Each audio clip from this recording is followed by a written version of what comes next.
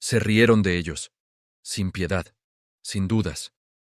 Dos hermanos, dueños de una modesta tienda de bicicletas, asegurando que el ser humano volaría. No en globos, no colgado de telas infladas. Volaría en una máquina más pesada que el aire y la controlaría. La comunidad científica ya había sentenciado el tema. Demasiado inestable, demasiado peligroso, demasiado pronto. Ellos no tenían títulos universitarios. No eran ingenieros formados en academias prestigiosas. Eran lectores obsesivos, mecánicos meticulosos, hijos de un predicador que les enseñó disciplina y curiosidad. Crecieron mudándose de ciudad en ciudad, aprendiendo a observar antes que a presumir. Desde pequeños desmontaban objetos para entenderlos. No soportaban el porque sí. Querían el mecanismo oculto, la lógica detrás del movimiento. Un día su padre les regaló un pequeño juguete volador impulsado por una banda elástica.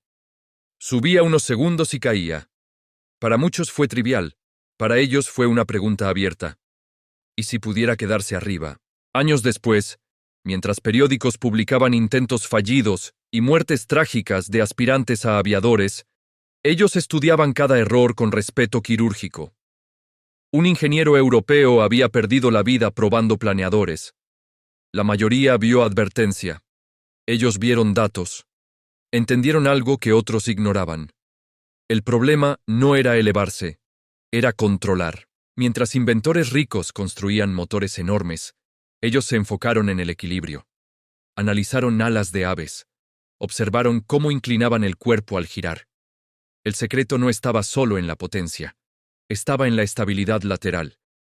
Y entonces descubrieron algo incómodo. Las tablas aerodinámicas aceptadas estaban mal. No ligeramente imprecisas. Mal. Pero, ¿quién iba a escuchar a dos mecánicos de bicicletas contradiciendo a expertos? Así que, no discutieron. Experimentaron. Construyeron un túnel de viento casero en su taller. Probaron cientos de perfiles de alas en miniatura.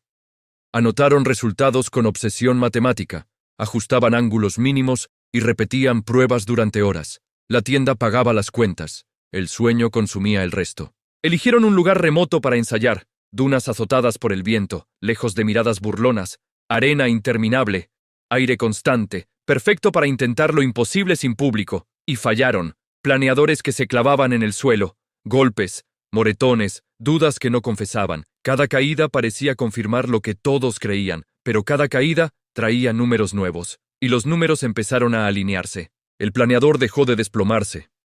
Comenzó a deslizarse con intención. Segundos sostenidos, giros controlados. Por primera vez, no solo flotaban, dirigían, aún sin motor.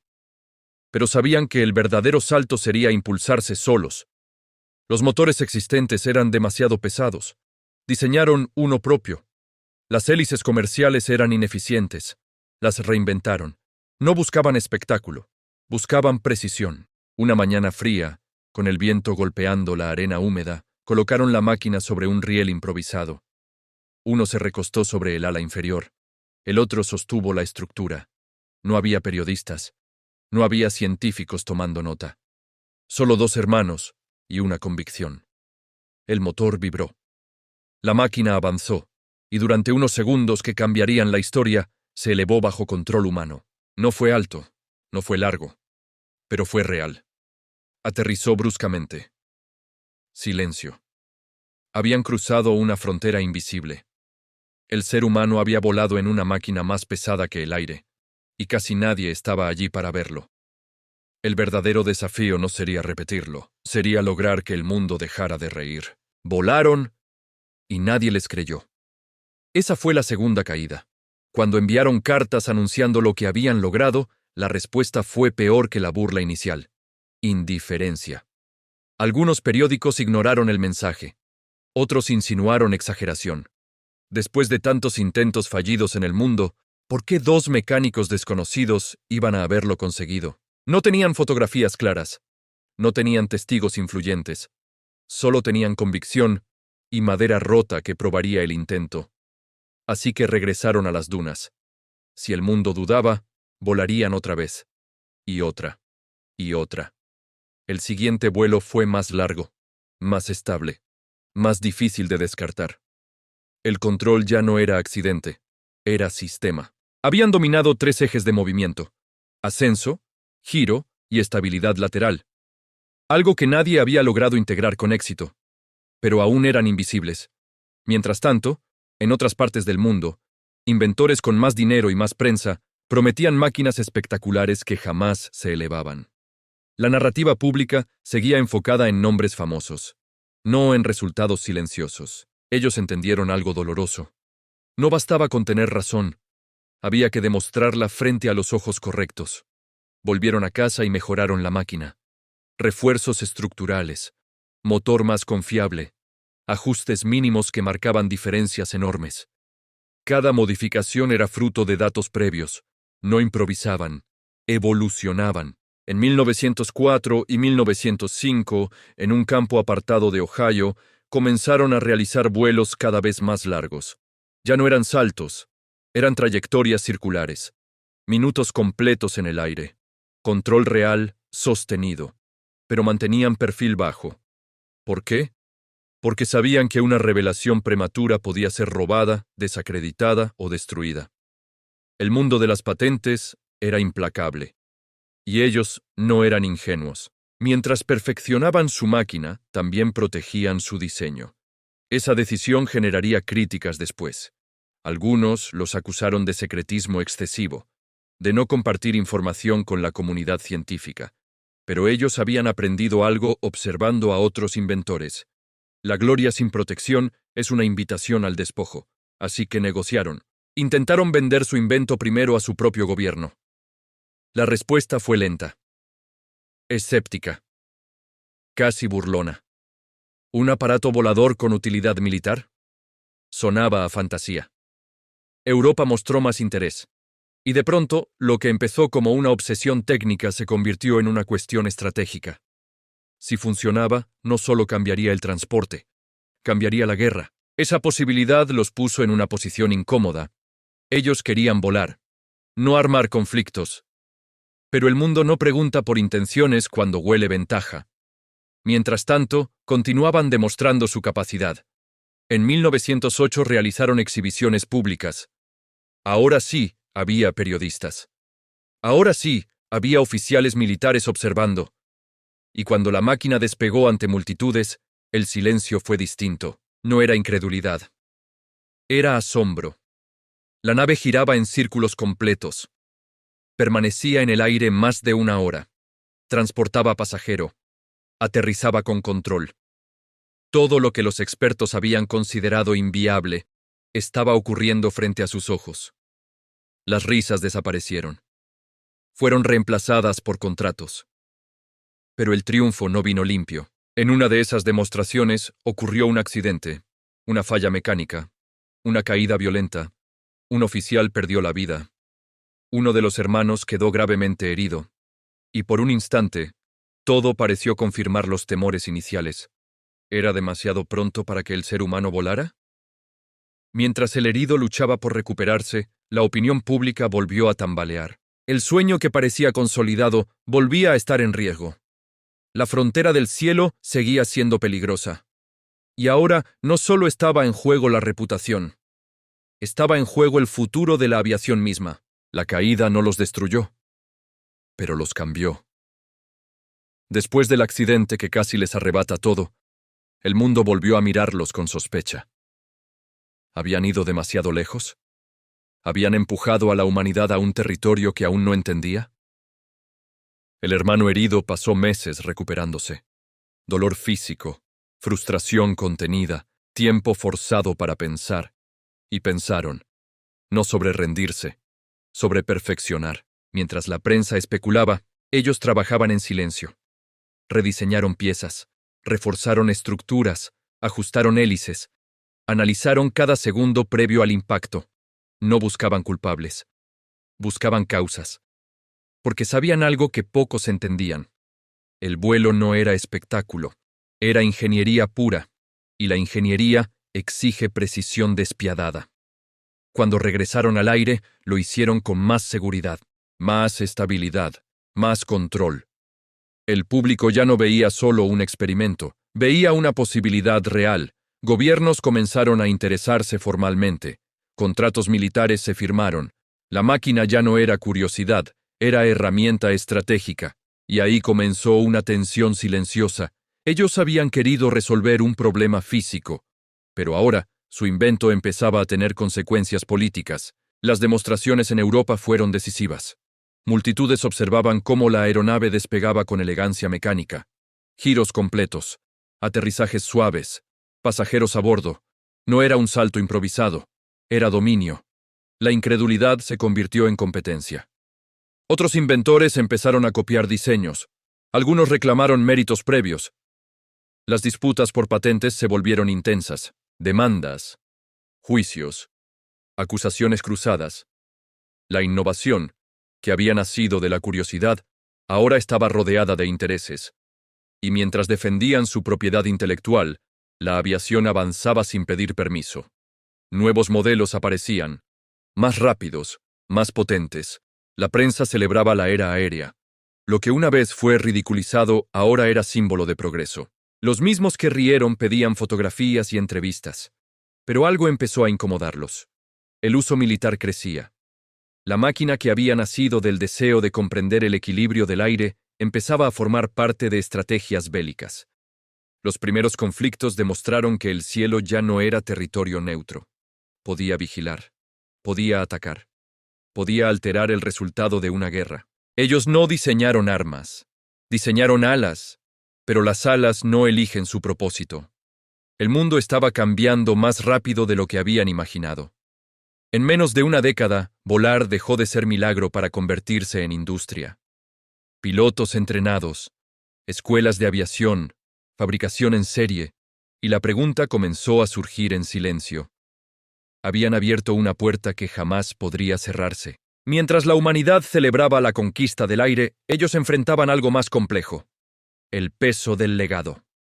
No eran solo inventores, eran pioneros de una transformación irreversible. El hermano que se recuperó volvió al trabajo, pero con cicatrices que no solo eran físicas. Entendía el riesgo mejor que nadie. Sabía que cada despegue era un pacto con la gravedad, y aún así, continuaron, porque detenerse habría sido admitir que las risas iniciales tenían razón. Pero lo que vino después no sería una batalla técnica, sería histórica, porque cuando el mundo entró en guerra a gran escala, el cielo dejó de ser un sueño y se convirtió en campo de batalla. El cielo se volvió oscuro, no por nubes, por guerra. Cuando estalló el gran conflicto que sacudió al mundo a comienzos del siglo XX, la aviación ya no era una curiosidad científica, era una herramienta militar. Lo que había nacido como un desafío técnico en dunas solitarias, ahora sobrevolaba trincheras, vigilaba movimientos enemigos y lanzaba artefactos desde las alturas, y eso cambió todo. Las primeras aeronaves eran frágiles: madera, tela, cables tensados. Pero en cuestión de años evolucionaron con una velocidad brutal. Motores más potentes, mayor altitud, mayor alcance. La industria que apenas comenzaba a caminar se convirtió en prioridad estratégica. Ellos observaban el proceso con una mezcla de orgullo y desasosiego. Habían demostrado que el ser humano podía volar, no que debía combatir desde el aire. El progreso ya no dependía de ellos. Fábricas en Europa producían aeronaves en masa. Ingenieros que antes dudaban ahora competían por innovar más rápido. La carrera aérea se volvió feroz. Cada mejora significaba ventaja en el campo de batalla. La ironía era evidente. Durante años tuvieron que suplicar atención. Ahora el mundo corría detrás de su invento. Los contratos militares aumentaron. Las exhibiciones públicas se transformaron en demostraciones estratégicas. La aviación pasó de ser espectáculo a necesidad nacional, y el nombre de aquellos dos hermanos, antes motivo de burla, se pronunciaba ahora con respeto. Pero no todo era triunfo. Las disputas legales por patentes se intensificaron. Otros fabricantes intentaban esquivar sus diseños. Argumentaban diferencias mínimas para evitar pagar derechos. La batalla judicial se volvió agotadora, costosa, amarga. Mientras el cielo se llenaba de máquinas, ellos libraban otra guerra en tribunales, y en medio de esa tensión ocurrió algo que nadie esperaba. Uno de los hermanos murió de forma repentina. No en un vuelo, no en un accidente espectacular, sino por enfermedad. El más reservado, el más introspectivo, el que había llevado la parte matemática con obsesión silenciosa. Su muerte fue un golpe devastador, no solo emocional, estratégico. El equilibrio que había sostenido el proyecto se rompió. El hermano sobreviviente quedó solo, y por primera vez, el peso completo del legado cayó sobre una sola persona. Sin su compañero, las decisiones se volvieron más pesadas, las negociaciones más complejas, la defensa legal más solitaria. El mundo seguía avanzando hacia la modernidad aérea, pero él sentía la ausencia en cada plano, en cada ajuste técnico, en cada recuerdo de las dunas. El vuelo ya era imparable. Las rutas comerciales comenzaron a surgir. Los primeros intentos de transporte aéreo conectaban ciudades. La idea de cruzar océanos en avión dejaba de parecer fantasía.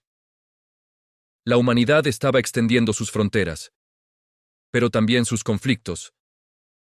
La guerra demostró que el aire podía ser dominio estratégico, y eso cambió la geopolítica para siempre. Las naciones entendieron que quien controlara el cielo controlaría la ventaja. Y todo había comenzado con dos hombres que solo querían dominar el equilibrio del viento. El hermano sobreviviente siguió defendiendo su trabajo, pero el entusiasmo inicial ya no era el mismo. La aviación había crecido más allá de sus manos. Ya no podían dirigir su rumbo. Lo que habían iniciado como desafío científico se había convertido en fuerza global. Y aún faltaba ver hasta dónde llegaría. Porque el próximo salto no sería cruzar campos ni fronteras.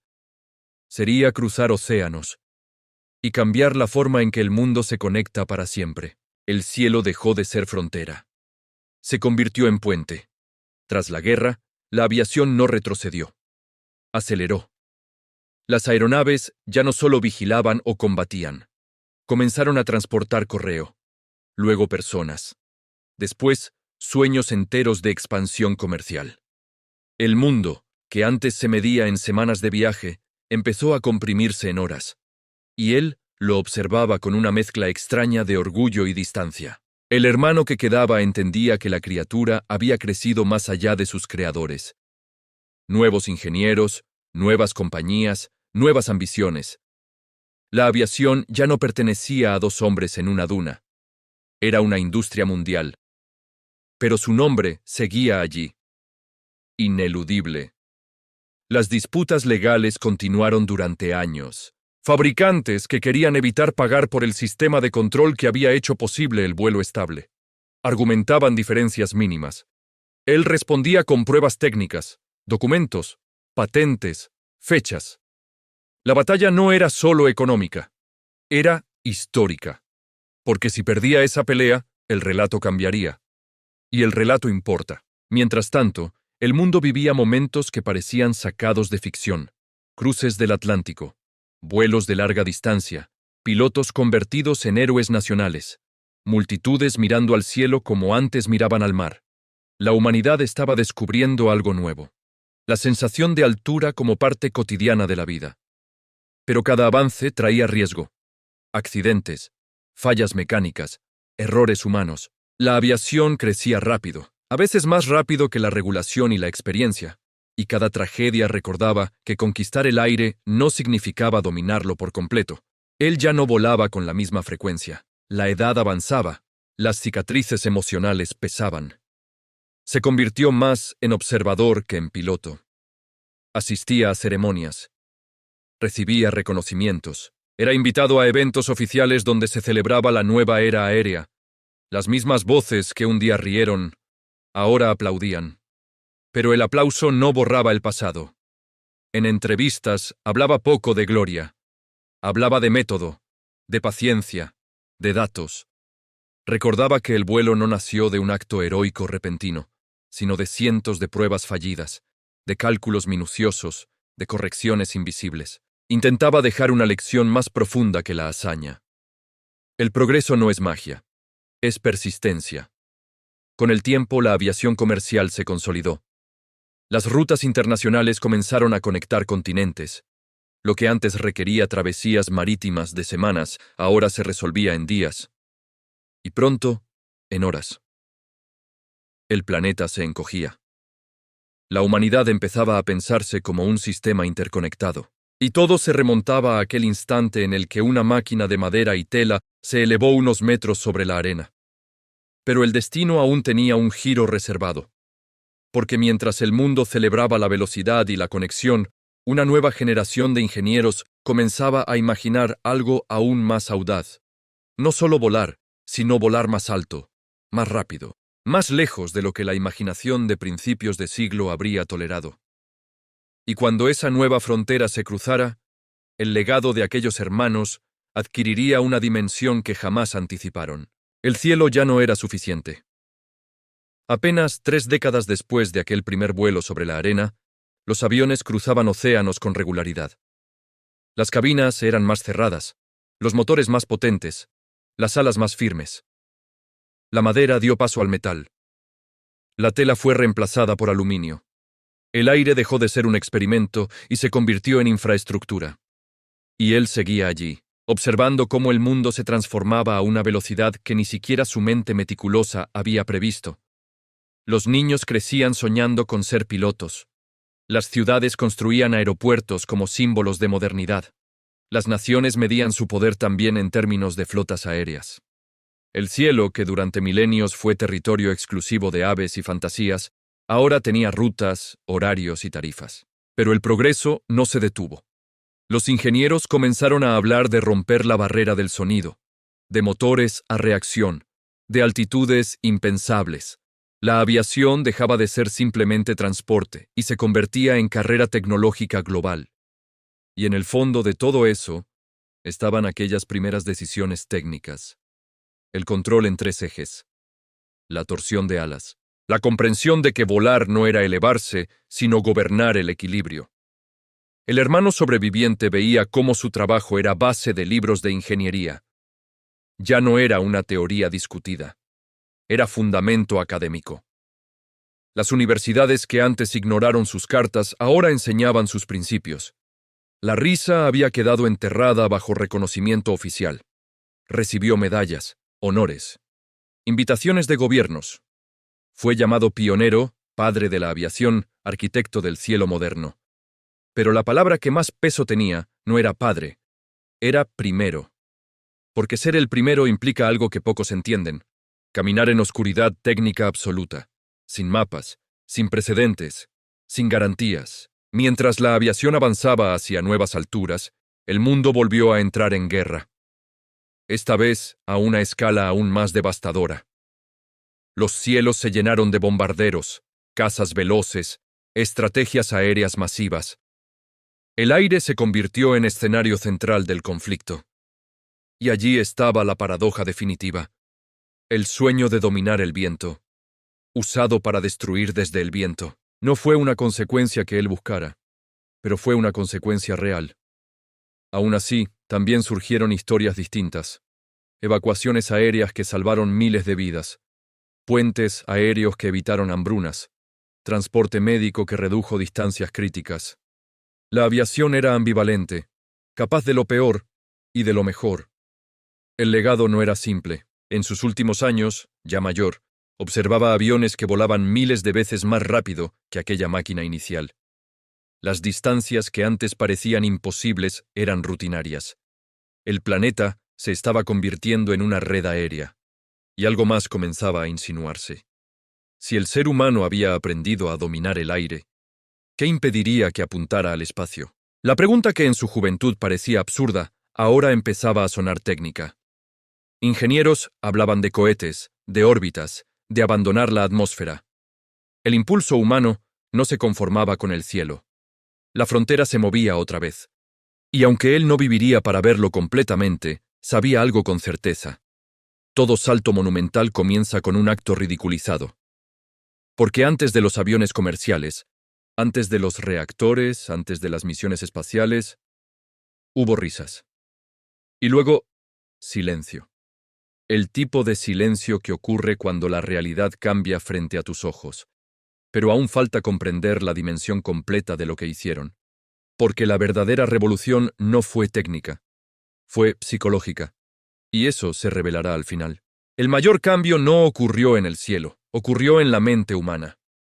Antes de aquel primer despegue, la idea de volar era poesía, mito, fantasía infantil. Después, se convirtió en expectativa. Y esa transición alteró algo profundo en la psicología colectiva. Si el aire podía conquistarse, ¿qué no? Las generaciones que crecieron viendo aviones surcar el cielo ya no pensaban en límites como muros definitivos. Pensaban en problemas técnicos por resolver. Esa mentalidad fue el verdadero legado. No la madera, no el motor, la posibilidad. Y esa posibilidad se multiplicó. Ingenieros que jamás conocieron personalmente a los dos hermanos diseñaban aeronaves supersónicas. Otros desarrollaban cohetes que rompían la atmósfera. El mismo principio que permitió estabilizar un ala inspiraba cálculos orbitales. El mundo entró en la era espacial. Cuando el primer satélite rodeó la Tierra, cuando el primer ser humano salió del planeta, cuando una nave se posó sobre la superficie lunar, la raíz conceptual seguía siendo la misma. Controlar el movimiento en un medio hostil. Y todo comenzó con la obsesión por el equilibrio. Mientras tanto, la figura del hermano sobreviviente se volvió símbolo histórico. Museos exhibían réplicas de aquella primera máquina. Las dunas donde volaron se transformaron en sitio de memoria. Estatuas, placas, ceremonias. El relato oficial ya no hablaba de burla. Hablaba de visión. Pero la historia real era más cruda. No hubo iluminación mágica. Hubo pruebas fallidas, hubo cálculos corregidos una y otra vez. Y eso es lo que casi nunca se cuenta. La narrativa popular simplifica. Dos hombres soñaron y volaron. La verdad es más incómoda. Pasaron años siendo ignorados, años siendo cuestionados, años ajustando fracciones invisibles mientras otros buscaban soluciones espectaculares. El progreso fue metódico, no heroico. Con el tiempo, el hermano sobreviviente se convirtió en guardián del relato. Defendió la precisión histórica, documentó fechas, resguardó pruebas. Sabía que, si no lo hacía, la memoria colectiva podría distorsionar los hechos. Y tenía razón.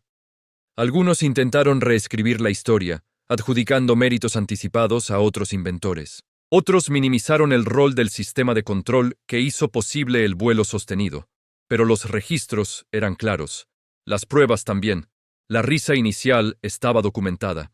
Y también el despegue. En sus últimos años, ya anciano, observaba aviones comerciales cruzar el cielo con naturalidad. Niños miraban arriba sin asombro exagerado. Volar se había vuelto cotidiano. Eso, quizás, era la prueba definitiva del éxito. Cuando lo extraordinario se convierte en normal, la revolución está completa. Pero hay algo más profundo que entender. El vuelo no solo redujo distancias físicas, cambió economías, transformó guerras, alteró migraciones, reconfiguró comercio global. El planeta dejó de ser un conjunto de territorios aislados para convertirse en una red interconectada por aire. La globalización moderna tiene alas, y esas alas nacieron en arena y escepticismo. El hermano sobreviviente falleció décadas después del primer vuelo. No vio todos los avances que vendrían, no presenció el auge masivo de la aviación comercial moderna ni la exploración espacial en su máxima expresión, pero sí alcanzó a comprender algo esencial. La burla es, a veces, el preludio del cambio.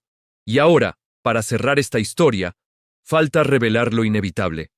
Porque conocer el nombre no cambia el impacto, pero sí completa el círculo. Se rieron de ellos. Hasta que el ser humano voló. No eran ingenieros graduados. No eran millonarios. No tenían respaldo académico. Eran Wilbur y Orville Wright, dos hermanos de Dayton, Ohio, dueños de una tienda de bicicletas, obsesivos con los datos, meticulosos con el equilibrio, convencidos de que el problema del vuelo no era la potencia, sino el control. El 17 de diciembre de 1903, en las dunas de Kitty Hawk, lograron el primer vuelo controlado, sostenido y motorizado de una máquina más pesada que el aire. Duró apenas 12 segundos. Recorrió 36 metros. Pero cambió la historia. No fue el vuelo más largo. No fue el más alto. Fue el primero que demostró dominio real. Después vinieron los contratos, las disputas legales, el reconocimiento tardío, la guerra que usaría el cielo como campo estratégico, la aviación comercial, los vuelos transatlánticos, los reactores, la era espacial. Todo eso nació de una pregunta simple. ¿Y si pudiera quedarse arriba? Wilbur murió en 1912, joven, por fiebre tifoidea. Orville vivió hasta 1948. Lo suficiente para ver cómo el mundo se transformaba bajo el sonido de motores en el cielo. Vio bombarderos, vuelos comerciales, avances que superaban cualquier previsión inicial. Lo que comenzó como burla terminó como fundamento de la modernidad. Hoy cruzamos continentes en horas. Enviamos ayuda humanitaria por aire. Exploramos el espacio exterior. Y cada despegue, cada pista, cada torre de control, tiene una raíz en aquella máquina de madera y tela. La verdadera lección no es que volaron, es que persistieron cuando nadie creía. La risa pública suele preceder a las revoluciones, y esa es la parte que más incomoda.